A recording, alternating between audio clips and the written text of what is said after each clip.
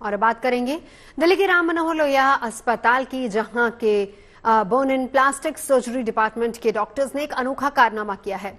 World plastic surgery day पर RML के doctors ने प्लास्टिक सर्जरी मैराथन 2024 का आयोजन किया और 24 घंटे में 24 मरीजों की प्लास्टिक सर्जरी को अंजाम दिया। और इस अनोखी पहल की जमकर तारीफ हो रही है। पिछले साल भी राम मनोहर लोहिया अस्पताल के डॉक्टर्स ने भारत की हेरिटेज को दिखाते हुए पुराने तरीके से सर्जरी करके सबको आश्चर्यचकित कर दिया था।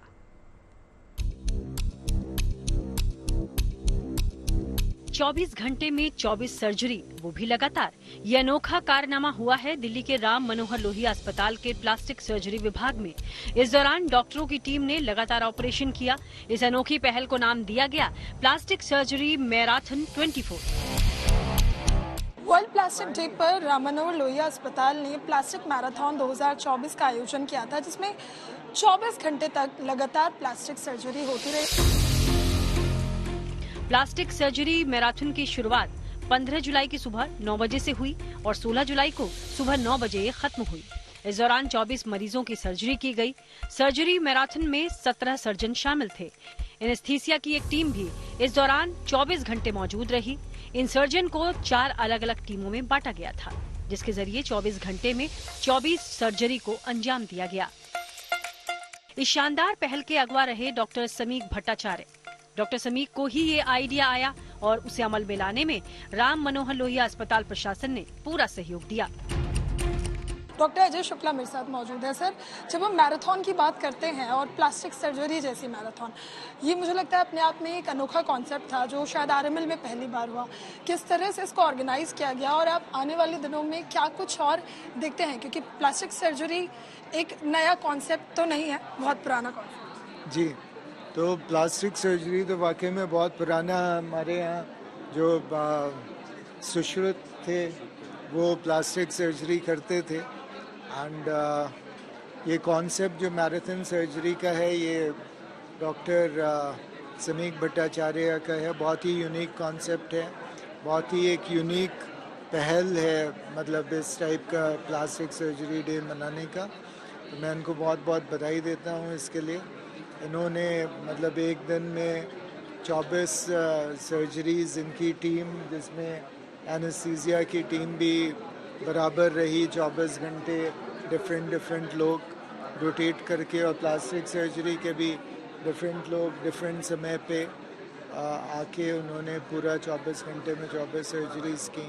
तो ये बहुत ही अच्छी एक पहल है। इस पूरे कार्यक्रम की रूपरेखा डॉक्टर समीक ने ही तैयार की। मरीजों के चयन से लेकर उस दौरान मौजूद रहने वाले डॉक्टर तक की ड्यूटी भी डॉक्टर समीक ने ही लगाई।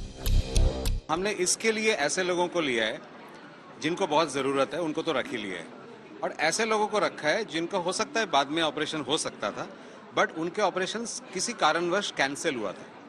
अब कैंसिल होने से बहुत प्रॉब्लम होता है, इन द सेंस कि अगर मैंने आज एक ऑपरेशन रखा, उसको खांसी हो गया और कैंसिल हो गया, उसको मैं कल ऑपरेट नहीं कर सकता, क्योंकि कल के लिए भी तो किसी को डेट दिया हुआ है। So I can not displace somebody. So ऐसे लोग भी होते हैं जिनका ऑपरेशन कैंसिल हुआ है और वो भी वेट कर रहे हैं। सो उनके लिए ये बहुत अच्छा मौका था। प्लास्टिक डे पर हुए इस प्रोग्राम को लेकर एक बड़ा उद्देश्य भी था, जिसे डॉक्टर और स्टाफ की टीम ने अपनी मेहनत से रंग लाने की कोशिश की। इसके बड़े मल्टी फैसेटेड बहुत सारे पहलू हैं इस एक्सपीरियंस का। एक तो ये है कि हमने एक डिले को वो किया, मतलब जो वेटिंग लिस्ट था उसको कम किया, तो ऑब्वियस एक एडवांटेज, मतलब बेनिफिट है। बट इसके और भी बेनिफिट्स है। जैसे मैंने बोला, एक टीम बिल्डिंग के लिए बहुत अच्छा बेनिफिट है। बहुत सारे लोग एक साथ काम किए एक पर्टिकुलर गोल के लिए, with a very good planning and coordination. तो ये भी एक टीम बिल्डिंग एक्सरसाइज भी था 2 डिपार्टमेंट के बीच में। एट द सेम टाइम ये एक ऐसा भी एक सिचुएशन था जिसमें हमने कभी डिजास्टर होता है कि हमें लंबा काम करना पड़ सकता है, उसके लिए भी एक ट्रेनिंग ड्रिल था। प्लास्टिक सर्जरी के इस मिशन में एनेस्थीसिया डिपार्टमेंट के डॉक्टरों ने हर तरह से मदद की। 24 घंटे एनेस्थीसिया की टीम मौजूद रही, क्योंकि एनेस्थीसिया की टीम के बगैर आज के वक्त में कोई भी ऑपरेशन नहीं होता है।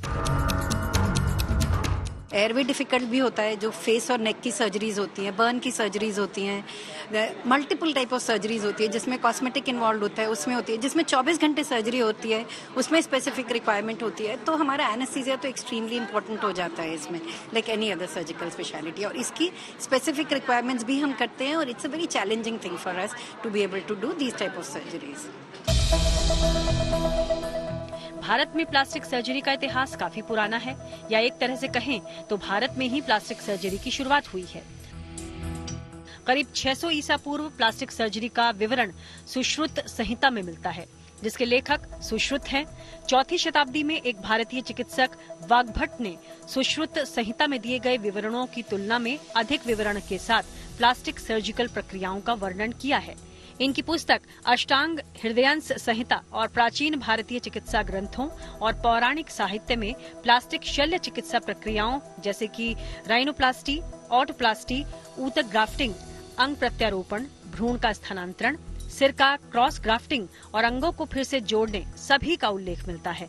और ऐसे सबूत मिलते हैं कि भारत से ही प्लास्टिक सर्जरी की तकनीक यूरोप पहुंची और फिर दुनिया में फैली। प्राचीन भारतीय चिकित्सा ज्ञान को बौद्ध मिशनरीज ने ग्रीस और अरब तक पहुंचाया और जर्मन, फ्रांसीसी और अंग्रेजी शल्य चिकित्सकों को पुरानी भारतीय पद्धति से परिचित कराया। उस समय कुछ जर्मन विद्वानों ने संस्कृत में मूल पाठ का अध्ययन भी किया। एनेस्थीसिया और एंटीसेप्सिस की खोज ने सर्जरी के अभ्यास में क्रांति ला दी और इसे दर्द रहित और संक्रमण मुक्त बना दिया। भारत में बौद्ध धर्म के आने के बाद सर्जरी पर रोक लग गई, लेकिन दूसरे विश्व युद्ध के बाद फिर शुरू हुई।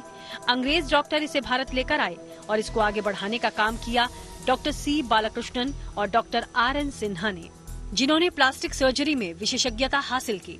देश में प्लास्टिक सर्जरी का पहला स्वतंत्र विभाग 1958 में नागपुर के MC अस्पताल में बनाया गया था। प्लास्टिक सर्जरी को लेकर लोगों के मन में कई तरह के भ्रम भी हैं कि किसी मरीज के जलने पर या किसी हादसे के बाद ही प्लास्टिक सर्जरी होती है, लेकिन अब ये सर्जरी बदल रही है, यानी अब प्लास्टिक सर्जरी की जगह कॉस्मेटिक सर्जरी बढ़ने लगी है, जो आजकल ट्रेंड में है। कॉस्मेटिक सर्जरी इंसान के रूप रंग को बदलने की एक प्रक्रिया है।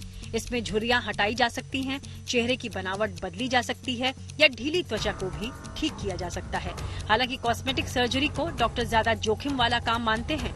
कॉस्मेटिक सर्जरी में कई और तरह की सर्जरी की जा रही है।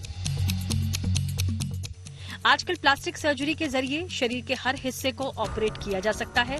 लिपोसक्शन के जरिए शरीर से फैट डिपॉजिट को खत्म किया जाता है, यानी प्लास्टिक सर्जरी से इंसान की पूरी काया बदली जा सकती है। इसलिए दिल्ली के राम मनोहर लोहिया अस्पताल में प्लास्टिक सर्जरी डे के अवसर पर जो अनोखी पहल की गई है, उसके दूरगामी परिणाम भी आने वाले समय में देखने को मिल सकते हैं।